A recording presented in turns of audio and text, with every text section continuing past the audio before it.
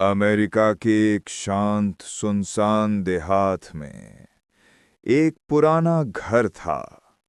अकेला और डरावनी खामोशी में डूबा हुआ। लेकिन हर खामोशी के पीछे एक चीख छिपी होती है।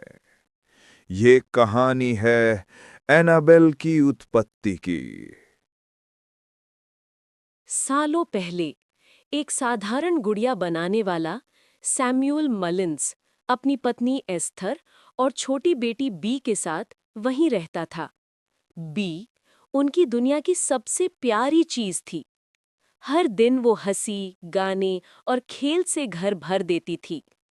सैमुअल अपने काम में निपुण था। वो गुड़ियाएं बनाता था जो लगभग असली लगती थीं, और उसकी नवीनतम रचना थी एक बड़ी, सुंदर गुड़िया। सफेद चेहरा, सुनहरे बाल और आंखें जो जैसे देख रही हों। एक रविवार की दोपहर सब कुछ हमेशा की तरह सामान्य था। सैमुअल और बी चर्च से लौट रहे थे। रास्ते में एक छोटा नोट उसके हाथ से गिर गया। बी सड़क पर दौड़ी उसे उठाने के लिए, और तभी एक तेज गाड़ी ने उसे टक्कर मार दी। बी वहीं सड़क पर गिर गई और हमेशा के लिए चली गई। उस दिन के बाद मलिन्स के घर से हंसी चली गई। दीवारें सूनी हो गईं और हर कमरे में केवल एक दर्द गूंजता था। साल गुजर गए, लेकिन सैमुअल और एस्थर का दुख नहीं गया।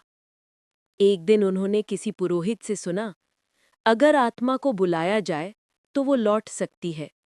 गम में डूबे दोनों ने वही किया। कुछ दिनों बाद उन्होंने महसूस किया कि घर में कोई है। एक हल्की आवाज, पापा। शुरू में उन्हें लगा शायद सपना है, पर धीरे धीरे वो आत्मा और नजदीक आने लगी। फोटो फ्रेम हिलने लगे, खिलौने अपने आप चलने लगे और बी का साया रात में दीवारों पर दिखाई देने लगा।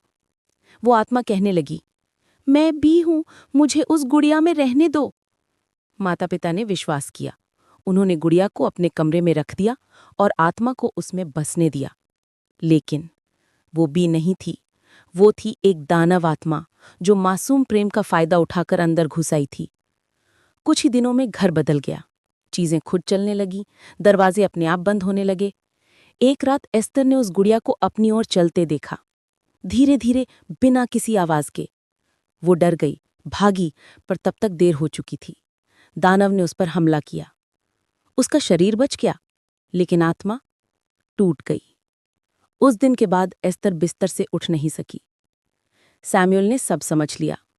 उसने गुड़िया को बंद कर दिया, एक कमरे में बाइबल के पन्नों से घेर कर, और दरवाजे को ताले से सील कर दिया। घर में फिर से सन्नाटा छा गया। पर वो बुराई सिर्फ सोई थी, मरी नहीं थी। 12 साल बाद घर में आई कुछ अनाथ लड़कियां और उनकी देखभाल करने वाली सिस्टर शार्लेट। सैमुअल अब बूढ़ा हो चुका था और एस्थर अब भी बिस्तर पर थी। बच्चियां खुश थीं। उन्हें लगा आखिर उन्हें घर मिल गया। उनमें से एक थी जैनिस, एक प्यारी लेकिन पोलियो से पीड़ित लड़की। वो चलने में धीमी थी और अक्सर अकेली रहती थी। एक रात उसे एक अजीब सी आवाज सुनाई दी, किसी के रोने जैसी। धीरे धीरे वो चलकर ऊपर के कमरे की ओर गई, जहां जाने की मना थी। कमरा बंद था, लेकिन दरवाजे के नीचे से रोशनी आ रही थी। वो अंदर गई और देखा दीवारों पर पुराने खिलौने और बीच में वो गुड़िया जो मुस्कुरा रही थी। उसके सामने एक छोटी सी चाबी पड़ी थी। जैनिस ने झुककर उठाई और दरवाजा खोला। और उसी पल एनाबेल जाग उठी। अब घर में आतंक शुरू हो गया। रात को दरवाजे अपने आप खुलते, परछाइयां हिलते और गुड़िया हर जगह दिखाई देती। दूसरी लड़कियां डर गईं। सिस्टर शार्लेट ने सबको संभालने की कोशिश की, पर जैनिस अब बदल चुकी थी। वो अब उस दानव के कब्जे में थी। उसकी आंखें बदल गईं, आवाज गहरी हो गई और वो रातों को खुद से बातें करने लगी। मैं यहाँ हूँ। एक रात उसने एस्थर पर हमला किया और उसे वहीं खत्म कर दिया। सैमुअल ने गुड़िया तोड़ने की कोशिश की, लेकिन वो दानव अब जैनिस के भीतर था। घर खून और चीखों से भर गया। जब पुलिस पहुंची, घर फिर से शांत था। गुड़िया वहीं रखी थी, बिल्कुल पहले जैसी, लेकिन जैनिस, वो गायब थी।